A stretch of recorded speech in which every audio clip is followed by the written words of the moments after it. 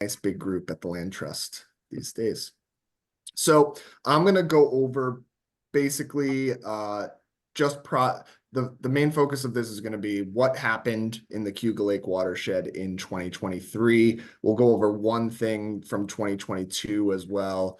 And then there'll be time for Q&A, and we can also go over any of the other any of the other items going on at the organization that's outside of the Cayuga Lake watershed. Roxana brought up some grants we got. We just did get about $5 million in state grants, but none are Cayuga Lake watershed grants. One in Owasco, one in Seneca Cayuga, and one in Skaneateles. And then we did also just complete our biggest acquisition project in our history down in the southern tier, just outside of Corning, just a couple weeks ago as well, called Bad Bear Hill. So this graphic is to show our mission. So our mission is to conserve forever lands and waters. And there's 4 prongs to our mission. Those lands are to protect either scenic vistas, local foods, clean water, or wild places for everyone. And most of the projects we do have at least one, if not multiple, of those factors involved that help make those projects worth doing for our organization. So we'll get right to it with just example projects of what happened in 2023. We'll start with a 7-acre addition to the Salmon Creek Bird Sanctuary. This is a lesser visited preserve of the land trusts over in Lansing on Salmon Creek Road. This is a beautiful road to bike along. Would highly recommend this preserve of the land trust actually doesn't have any trails on it, but is an excellent place to walk along the road. And you can walk on the property as well, even though it doesn't have any maintained trails. So this is a 7-acre hillside forested parcel that was added along the southern end of the bird sanctuary. This was originally conserved some years ago, the rest of the property, for its population of cerulean warblers. We added 8 acres to one of our larger preserves in the Ithaca area, which is the Lindsay Parsons Biodiversity Preserve. This property features a tributary to the Cayuga Inlet, as well as road frontage on Station Road. So it provides some potential for additional access. At this point, there's no trail extension planned, though there could be in the future. The main activity that's taken place on this property outside of protecting the woods and the stream is that there was a large tire dump on the property, which, along with our volunteers and neighbor to this property, John Smith and Polly McClure, we, with their assistance, were able to clean up this humongous tire dump, which was quite the undertaking on this property. 12-acre addition to the Etna Nature Preserve. This is on Fall Creek, which is the drinking water supply for Cornell University, Cayuga Heights, and some others. This is a stretch of Fall Creek just north and upstream of our existing preserve and added to our preserve.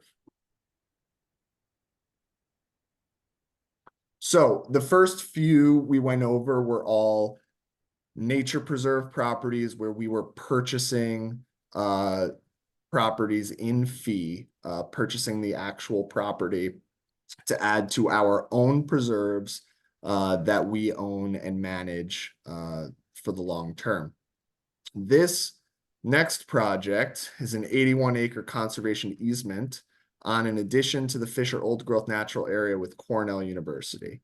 So this is a project where Cornell Botanic Gardens, who manages the Fisher Old Growth natural area, highly recommended visit if you've never been, with some beautiful old trees. They were looked for our partnership on this project, which helped them be eligible for some grant funds to help this project happen. So we hold a conservation easement to protect the property, and we'll be monitoring this property in perpetuity. So whereas normally we wouldn't necessarily seek to hold an easement on top of Cornell Botanic Gardens, seeing that they are an adjacent conservation partner. In this case, our involvement helped them be able to receive grant funds needed to be able to complete this acquisition. So this is an addition to Fisher Old Growth, features some great wetland area, and again, tributary to the Cayuga Inlet, which is the Cayuga Inlet is a theme of a few of our acquisitions this past year. So another cooperative project. This is with the Wetland Trust, which is a land trust organization locally that focuses on wetland conservation. And this was also a Cayuga Inlet, this one on the main stem of the Cayuga Inlet. And this is a situation where we utilized state WQIP, or Water Quality Improvement Project Program funding, to complete the acquisition of the project and then transfer the property to the Wetland Trust. So the Wetland Trust will be the long-term manager and steward of this property, but we utilized a grant from the Finger Lakes Land Trust to be able to secure the property prior to transfer of the property to the Wetland Trust. And you can see Fisher Old Growth just northwest on the Cayuga Inlet there. And here's a picture of that property and the main stem of the Cayuga Inlet on that property. Next is Cedarview. So we talked about preserve additions. We talked about an easement, and then one cooperative project where we transferred to a partner nonprofit. Those cooperative acquisitions where we're not the final owner of a property are most often done in public-private partnership, where we are acting as a partner of a public conservation entity. The most common partner of ours for these types of conservation projects is New York State DEC. We also do these projects with New York State Parks, with the U.S. Forest Service over at Finger Lakes National Forest, the only national forest in the state of New York. But our most prominent partner for these public-private partnership cooperative projects is DEC. And so Cedarview is a 110-acre property that is just adjacent north across the street from Bell Station, which many of you will remember as a very high-profile conservation win on Cayuga Lake from just a couple years ago. And so this is an addition to that. And it was featured in the New York Times just 2 Saturdays ago as one example of a rewilding of golf courses. This is the old Cedarview Golf Course, which was a 9-hole golf course that's been closed for 2 seasons and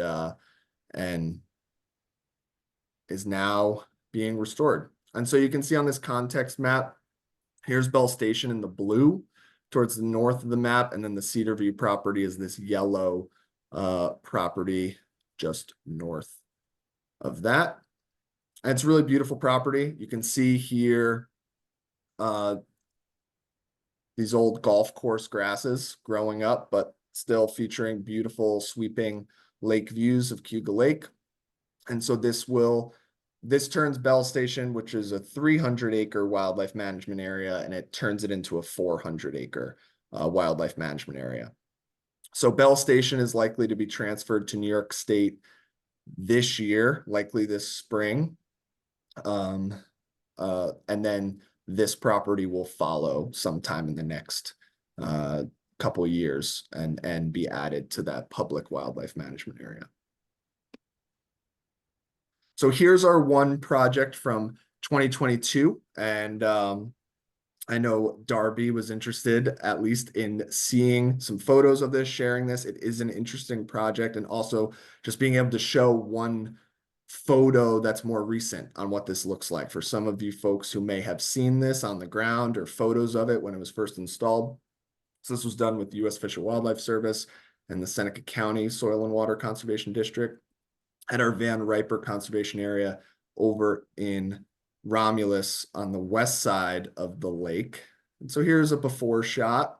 This eroded stream, and then this was a stabilization project that focused on using logs rather than riprap or concrete features, but instead used kind of natural barriers to create the rilling and stabilize this creek.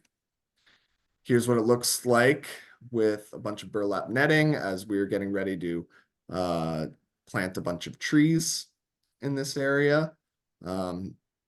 And I apologize for the quality of this next photo. It's not very high quality, but it does show it. So this is from last fall, this past fall, and you can see how the vegetation's coming in nicely and what this site is looking like, at least as of last fall. So we planted about 1,100 trees in 2023, but none in the Cayuga Lake watershed. So we did one big planting project with the Nature Conservancy in Ontario County, and another one over in Owasco Lake on the west side of the Owasco Lake watershed. So in terms of plantings, for last year and going into this year, it's maintenance of about 275 plantings that were planted on a couple easement properties on 6 Mile Creek. Here is a picture of the initial planting of one of those. So the last thing I'm going to leave you with in this slide deck is an opening of a new preserve.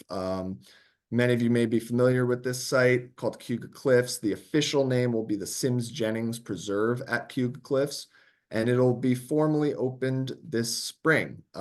We acquired this property initially, the vast majority of it in 2021.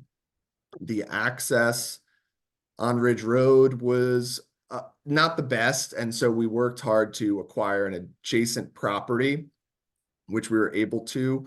And I'll show that here in a sec, which enabled us to move the parking area over.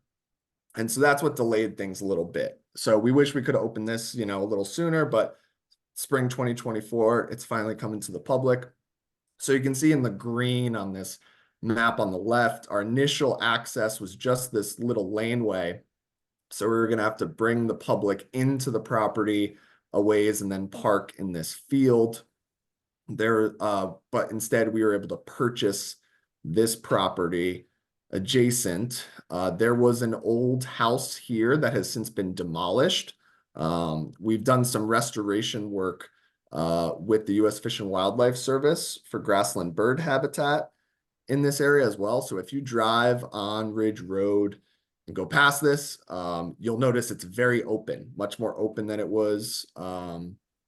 And you might notice the parking lot that's under construction. So here's the design of this parking area. This is a more extensive parking area than most any of our nature preserves. It's featuring a pollinator garden at the start of the trail. And then we'll continue, and we'll show in this next photo, we'll feature an accessible path that'll take you to kind of a first viewpoint and kiosk, so that that initial path will be accessible, and then from there it will lead to more typical hiking trails. So here's a rough idea of what the site plan of this property will be. Up here is the parking area. The trail will then run downhill into the site. There are a few gorges on this property. The two big gorges are over here, and there will be a viewpoint over here to one of the big gorges. You then can go to another waterfall over here, and then there'll be a little loop towards the shore over there, and then one more lake view up this way. And then this is a connector to an administrative access, or for neighbors who live along that way along Fiddler's Ridge. But the primary access will be up here on Ridge Road. So this is a really beautiful property. I think we anticipate people are really, it's already, a lot of people in Lansing already have visited this property while it was private, and already beloved by many, but we think a lot of people will really enjoy it.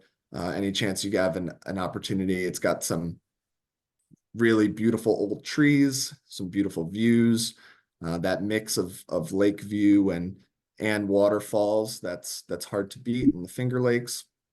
And so we really think it'll be well visited. This gives a good look at these two big gorges over here, as well as the third gorge to the north, which is a steeper, less expansive. And here's the viewpoint. So this is the viewpoint from the northern large gorge. You can see some of the geologic features here, and it's really just a dramatic site. And it's directly across from Taganic Point. So not only is this a great public access offering and habitat and water quality conservation project, but we're also protecting the view shed from directly across the lake. Over there, you can see Taganic Inn and the rest of Taganic State Park right across the way. Here's a little fox that I'll leave you with from down at the shoreline of Cayuga Cliffs, right by the railroad tracks. And so this does have a bunch of railroad track shoreline. We're not going to send the public down to the railroad tracks. It's pretty steep. So all the designated trails will stay up along the cliffs. And so now that concludes the deck, and I'm happy to take any questions. Mike Jennings has one in the chat asking what the total distance of the Sims Jennings site would be. Maybe he's looking for acreage and or distance of the trail. Yeah, I was interested in the distance of the trails. It's a good, I don't know offhand the exact mileage of the trails. So the property is 220 acres. Trail, the vast majority of people will probably do kind of the loop from the parking area down towards the lake, and then go out to the other lake viewpoint, and then back to the parking area. And my guess, I've been there many, many times. I'm trying to just calibrate. Let's call it maybe 1.5 miles, something like that. And then if you wanted to do that southern extender down to Fiddler's Ridge and back, you could probably add maybe another 3/4 mile. So maybe you could get 2 miles out of it total, something along those lines. I could be off, but we will buy.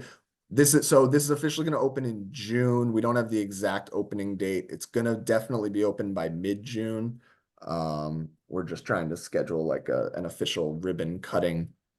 And we'll definitely have maps with the total trail mileage, which will be, again, roughly 2 miles. Nice. It's really beautiful.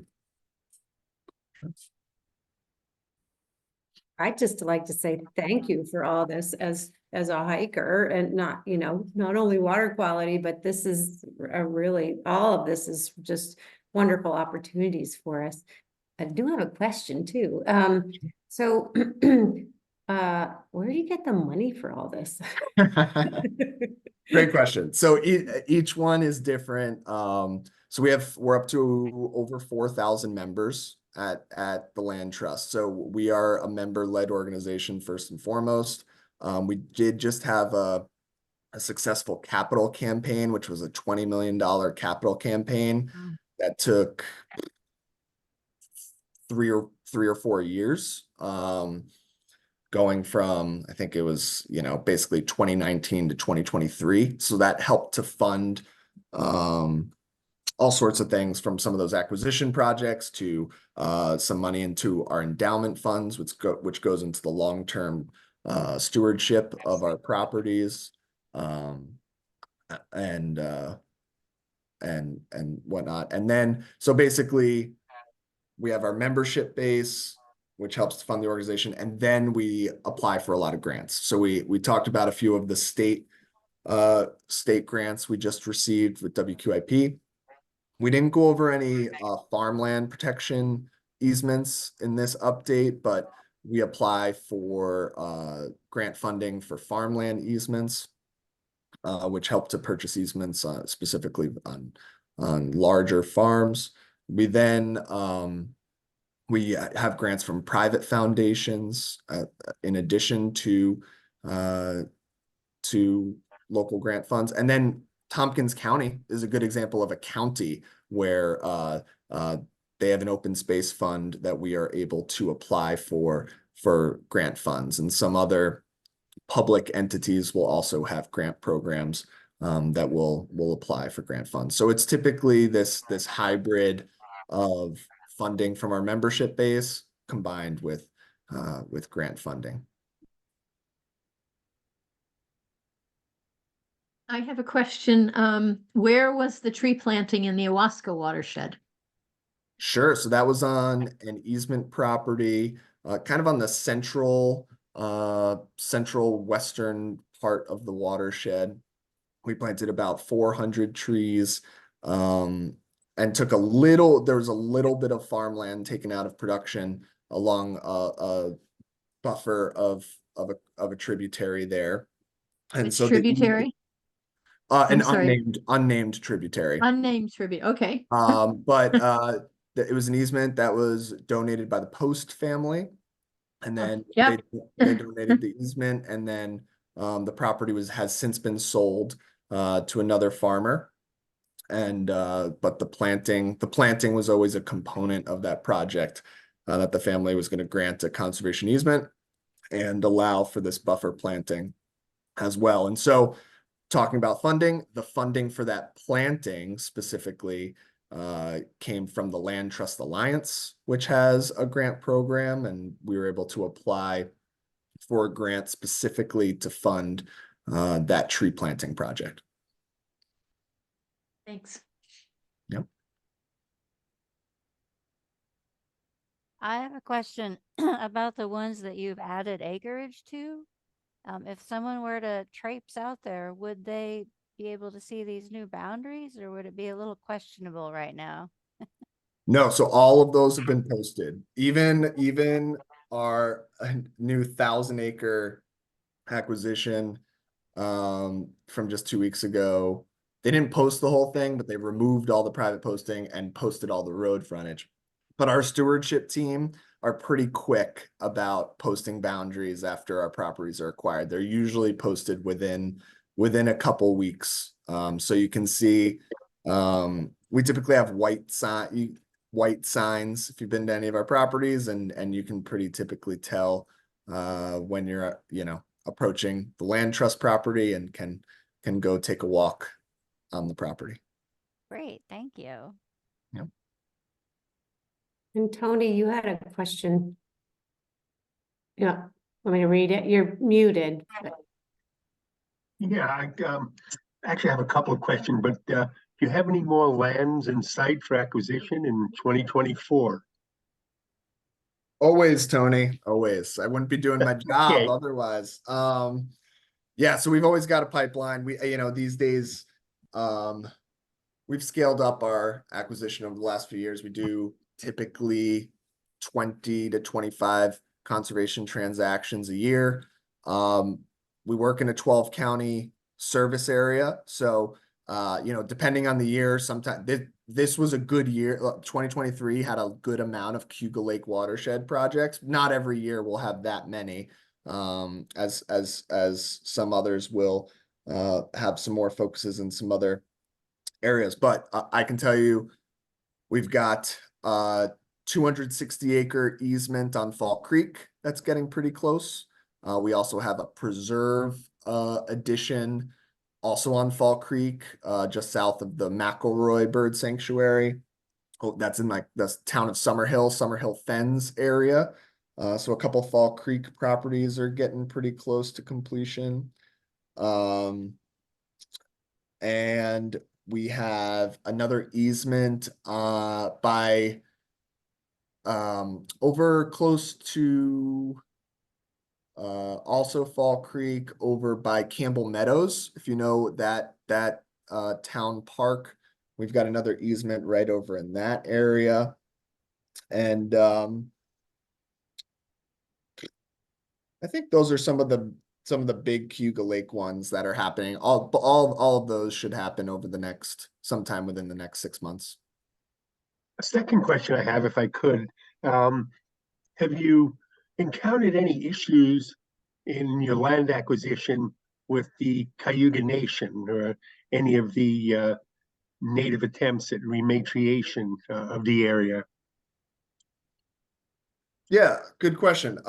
So issues, not necessarily. Our executive director, Andy, actually just met with Sachem George just a few days ago to talk about ways we might be able to collaborate.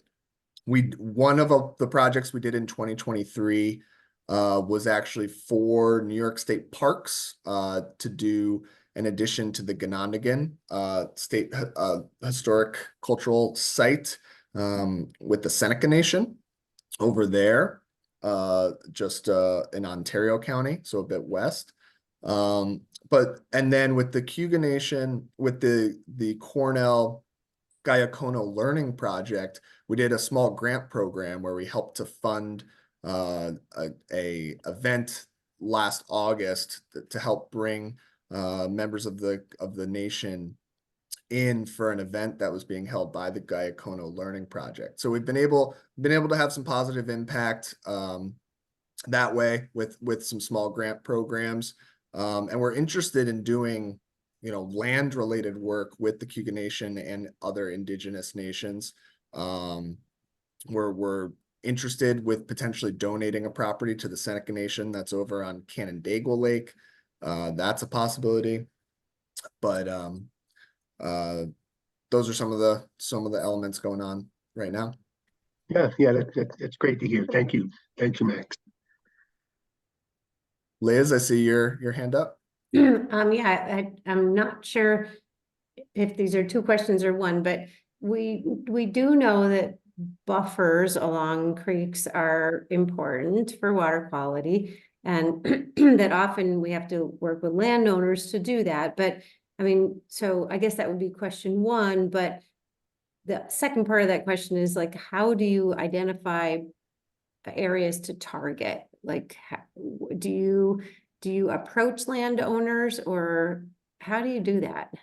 Yeah, so we have a project selection criteria, and that selection criteria goes over all sorts of elements from landscape level elements like proximity to other conserved lands and size and connectivity and resiliency, items like that. It then goes into more local elements like development threat, development pressure, local support, issues like that. We then have a community level criteria that includes social impact, public access impact, other more human focuses. And then we have 2 water criteria, which are both, there's a water quality protection criteria, and then there's also a water quality improvement one. So basically how our projects run through how our process works at the Land Trust. So we have all these criteria, and then memos are written by staff on projects, which then go to a land committee which members of that committee, there's some board members and then there's some expert advisors outside of board members that sit on that land committee. Land committee reviews projects strictly on conservation aspects. So they will review and approve projects that the staff bring to them. And then after that land committee, it then goes to the board where they can consider that land committee opinion or approval plus cost considerations, which the land committee does not look at any of those cost considerations. So that's, you know, a rough, vague look at our process. And in terms of riparian protection, agreed. That's often something we're looking at. Our easements more and more are trying to codify buffers and protect buffers. We're looking to do more and scale up our planting projects as much as we can, and we agree that, you know, the need for doing as much work in those areas as we can moving forward. Thanks. I'll add that the city of Ithaca has a partnership with the Finger Lakes Land Trust to purchase lands or easements up in our drinking water source watershed. So thanks very much for your help with that. Are there any other questions? We've got about 3 minutes left for this agenda item. I'll just add that I'm very glad to see you not using riprap in your stream restoration project. Thanks, Isaac. Appreciate it. Okay, well, thank you so much, Max, for bringing us that update. I don't know if we have it already, but is it all right if we have your presentation and post it to our website? Yeah, no problem at all. Okay, that'd be great. If you could just send it on to, I mean, Darby, you've been working with Darby, so send it on to her sure. and we'll get it posted up. Thank you Okay, so much. great. You're welcome to stay. You're also free to go. Okay, I'll stay for a bit and then I'll have to sign off. But thank you so much for having me. Yeah, thank you very much. It's exciting. Yeah, thanks for all your